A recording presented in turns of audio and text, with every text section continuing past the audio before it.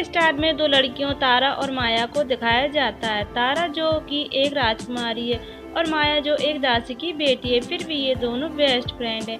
और एक औरत को दिखाया जाता है रसा देवी, जो कि लड़कियों को डांस करना और प्यार करना सिखाती है।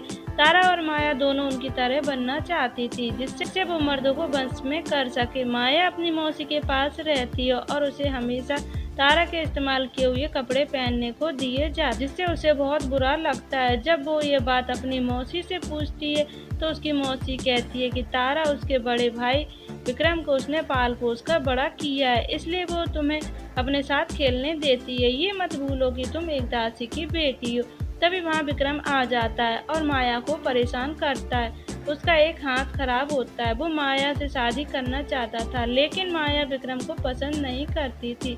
डांस टीचर माया और तारा को डांस सिखाती हैं, जिसमें माया अच्छा डांस करती है और तारा को प्रैक्टिस करने के लिए कहती है। तारा को माया से जलन होने लगती है। देखते ही देखते वो दोनों बड़ी हो जाती हैं। पास का एक राजा उनके राज में आता है, जिसके सामने तारा और माया डांस करती हैं, जिसमें माया तारा से अच्छा डांस करती है। राजा माया को नए कपड़े गिफ्ट करता है, जिससे तारा जेलस फील करती है और माया से कहती है कि अगले महीने उसकी राज सिंह से शादी है, उसकी शादी में ये कपड़े पहनकर आना। जब राज सिंह तारा से शादी करने आता है तो वो तारा की बजाय माया को देखने लगता है, जिससे तारा माया की इंसल्ट करके वहाँ से भगा देती है। वो अपनी बेइज्जती का बदला लेने के लिए रात में अच्छे कपड़े पहनकर राजा राज सिंह के पास जाती है। वो माया को देखकर सम्मोहित हो जाता है और वो दोनों इंटीमेट होते हैं। ये सब विक्रम देख लेता है। फिर राज सिंह और तारा की शादी हो जाती है। विदाई के समय माया तारा से कहती कि अभी तक तुम्हारी इस्तेमाल की हुई चीजें मुझे मिलती थी, आज से मेरी एक इस्तेमाल की हुई चीज तुम्हारी हुई। तारा समझ जाती कि वो राज सिंह की बात कर रही है। वो बिना रिएक्ट किए ससुराल चली जाती है। एक दिन विक्रम माया को शादी के लिए प्रपोज करता है, लेकिन वो मना कर देती है, जिससे वो माया और राज सिंह की बात अपनी माँ को बता देती है। उसके बाद माया को राज से बाहर निकाल दिया जाता है। माया की मौसी उसको वहाँ से कहीं दूर जाने को कहती है। वो वहाँ से राज सिंह के राज्य में पहुँच जाती है।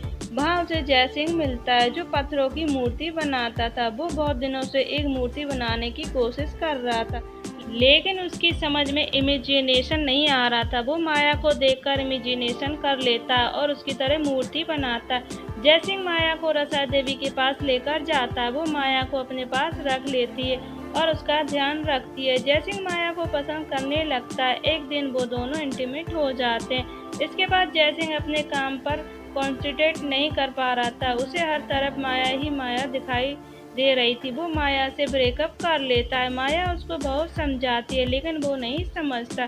तब वो रसा देवी के पास चली जाती है। उधर जय सिंह मूर्ति को पूरी कर लेता है, जो राज सिंह को बहुत पसंद आती है। वो जय सिंह से पूछता है कि ये मूर्ति कैसे बनाई। वो माया के बारे में बताता है। राज सिंह माया को ढूंढने का आदेश पारित करता है। उधर जब माया को ये पता चलता है तो वो डिसाइड करती है कि वो खुद राज सिंह के पास जाएगी। रसा देवी माया को अच्छे से तैयार करती है।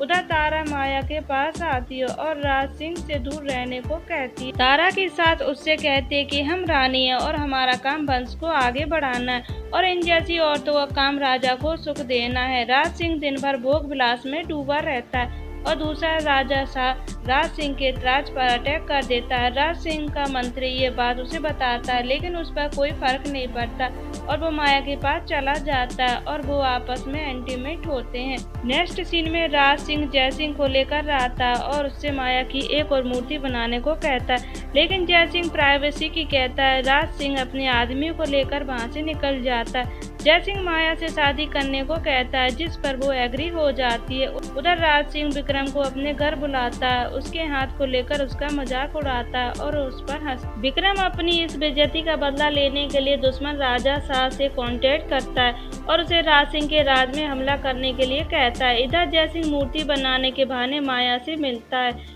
और वो दोनों खूब मजे करते हैं। जब ये बात राज सिंह को पता चलती है तो वो जय सिंह को कैद करवा देता है। माया तारा से मदद मांगती है तो वो कहती है कि वो राज सिंह को नहीं रोक सकती, लेकिन वो जय सिंह से उसको मिलवा सकती है।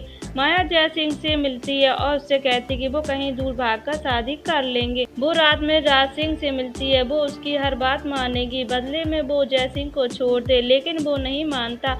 अगले दिन जय सिंह को हाथी से कुचलवा देता है, जिससे उसकी मौत हो जाती है। माया ये सब देख रही होती है और कुछ भी नहीं कर पाती।